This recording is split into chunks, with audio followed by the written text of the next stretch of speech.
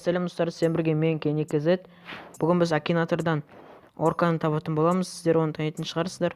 Ол бұрын Майнкрафт түсірді. Қазір ол қойып кетті, видеоны көп түсірмейді. Қазір достар, брось мне вызов басайық.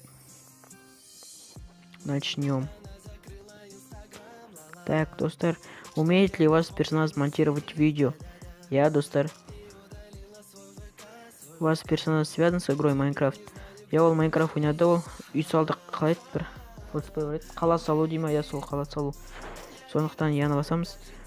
Ваш персонаж учит про масло? Жоқ тик. Жоқ.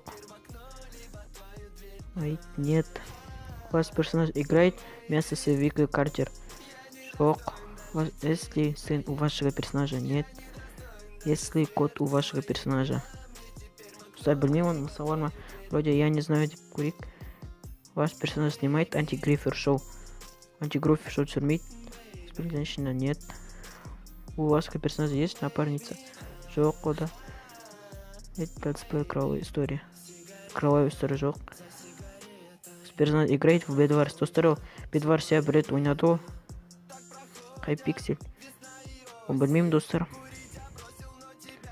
Skywars ойнаған жоқ. Вас показывал лицо, да? Ваш персонаж служил в армии? Жоқ, достар, алып барған жоқ. Ваш персонаж владеет игровым сервером? Нет.